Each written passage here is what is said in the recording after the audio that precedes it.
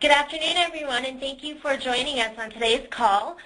We will be discussing the 2011 Newborn Screening Clearinghouse Challenge Awards. This really is a chance for people to ask questions and to get some information about these awards that we are very excited to have. This is Natasha, Bonhomme, Project Director, and if you have any questions, please feel free to type them into your panel, your control panel in the questions section, and I will read them out loud and answer them so that everyone can hear.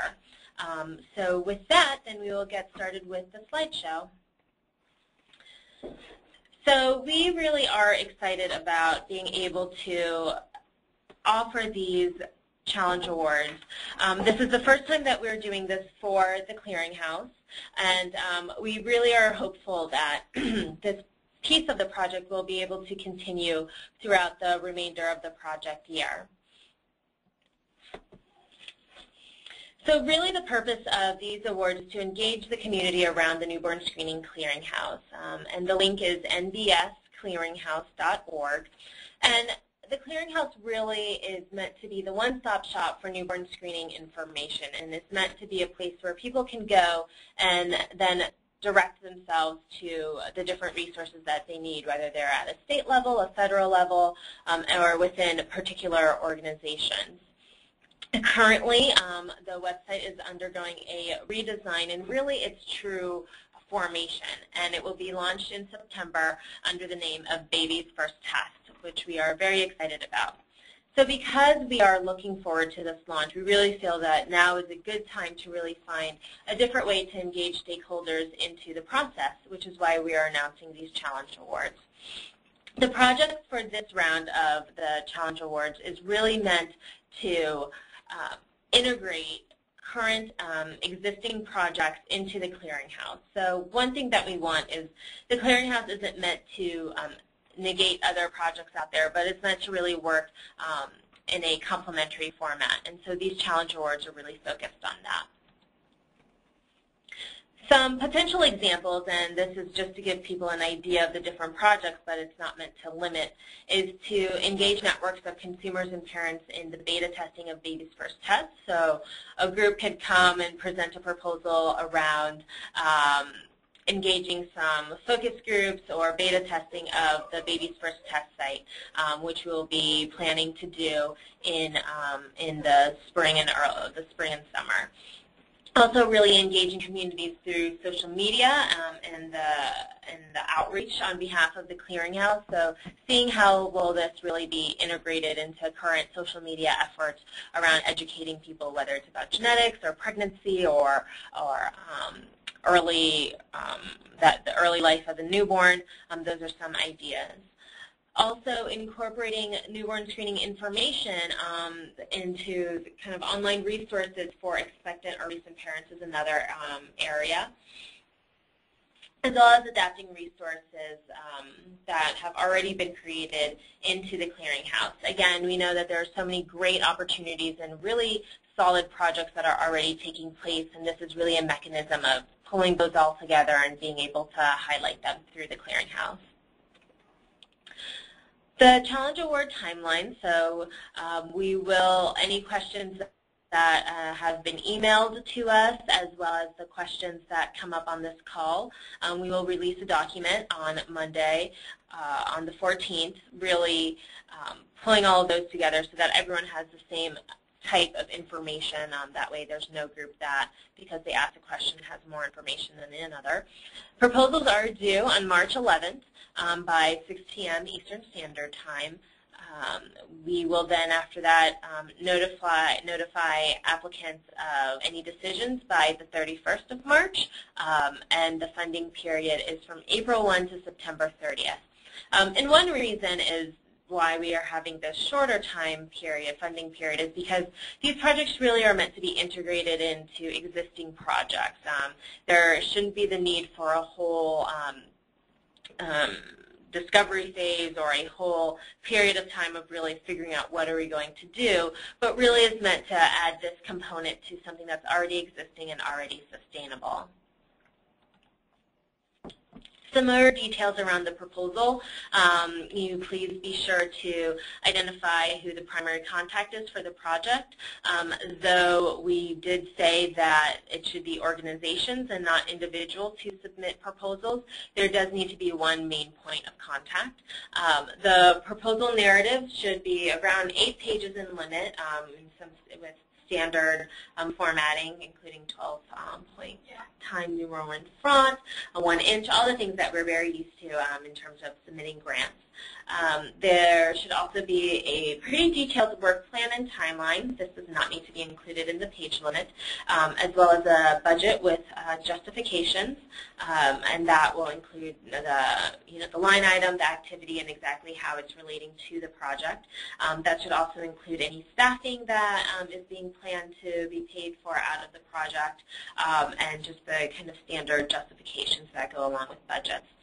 Also, resumes, bios, or a CV for key personnel should also be submitted with the proposal. Again, that is not part of the page limit. Also, please be sure to include a statement of conflict of interest. That's not included in the page limit. And as we often say, if you have a question, if you're not sure if it's a conflict of interest, you should just include the statement. This will not necessarily mean that your proposal will not be read. It's just something that we will take into consideration. And if we have more questions, we will get back to you. If applicable, letters of support from partnering organizations. If there's a heavy reliance on another organization or a clear partnership with an organization throughout the project narrative, there needs to be some sort of documentation from that partner organization that is the plan. Also, any details of technical assistance that would be needed from the Newbern Screening Clearinghouse project staff, please be sure to indicate that. Over here, now I'm showing is really the scoring criteria and some questions so that it's very clear in terms of why, what are the pieces that we will be evaluating proposals on. Proposals really need to be very clear in terms of what's the goal and the objectives and the anticipated outcomes, as well as for it to be very clear in terms of who is doing what type of work, the staff and the capacity to be able to complete the project very successfully within the time frame, so by September 30th. Also, having a lot of clarity around the impact. What is the, again, real purpose of the project? What is the problem that it will be solving? We also look to have applicants really describe again the problems and the challenges, and particularly what will make this project different from other projects that may or may not be funded from other agencies, as well as an evaluation plan to see how do you plan on measuring the impact of the project.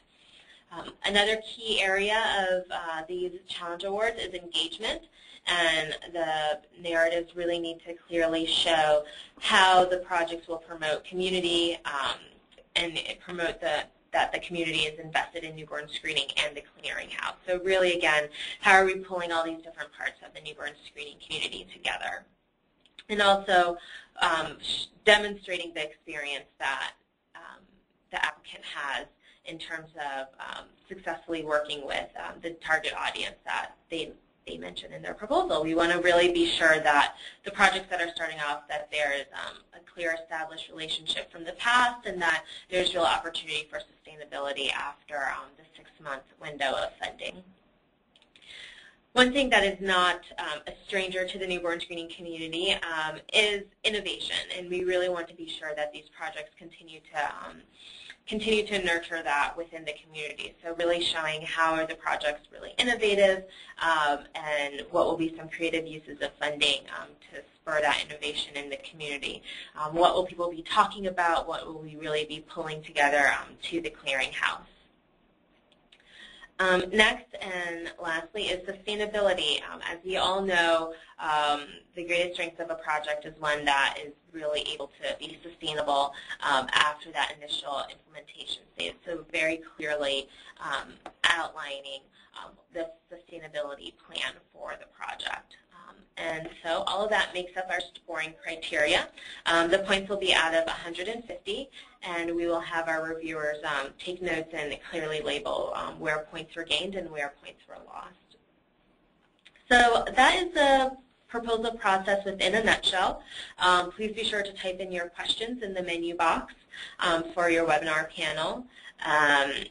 Also, if after this call you have any questions, please feel free to email them at nbsc@geneticalliance.org, and we will get back to you within about a 48-hour process.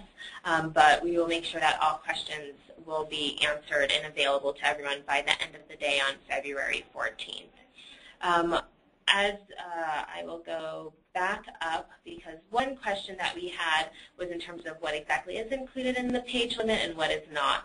And this really lays it out right here. So work plan, timeline, budget, justifications, and resumes for key personnel are not included in the 8-page limit. So that gives people a little bit more space. But we really want people to hone in on exactly what's the purpose of their project, what they plan the project will accomplish, as well as what are the engagement features and the sustainability from it.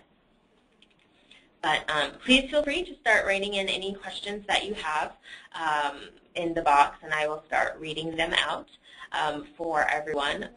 One other piece that some people have had some questions about is if you are already currently funded through the Clearinghouse for any particular project, if you're a funded partner, does that make you, are you still eligible? And the answer to that is yes.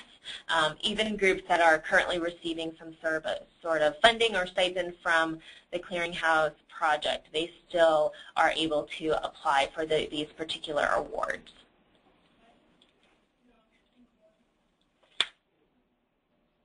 The way that the final decisions will be made is that we have a team of internal and external reviewers. So that is reviewers from Genetic Alliance, reviewers from HRSA, the funding agency, as well as reviewers who are, some of them are on our National Advisory Committee, and others are just members from the newborn screening community and maternal and child health community. We will split up the applications so that each reviewer will read about 3 or 4, depending on the volume, and then come back together to discuss projects, to discuss the proposals, and to compare scores, and then we will make our decisions based off of that. One thing that we are making sure of is we are expecting a great number of great applicants, but we also want to make sure that we have a good range in terms of the different types of proposals that we are receiving and that we are funding. So we do want a great number of applications and proposals that show a really great range. And when we talk about community, we really mean whether that's a condition-specific group, whether that is a community, can mean a lot of different things. The community can mean a lot of different things, whether that's a specific target community, whether that's based on ethnicity, gender, age, some of those traditional targets in terms of community, but also just anywhere where a group of people come together. A blog post can be a community because it's where people aggregate themselves to come together and discuss a particular issue. So community has a range of different definitions.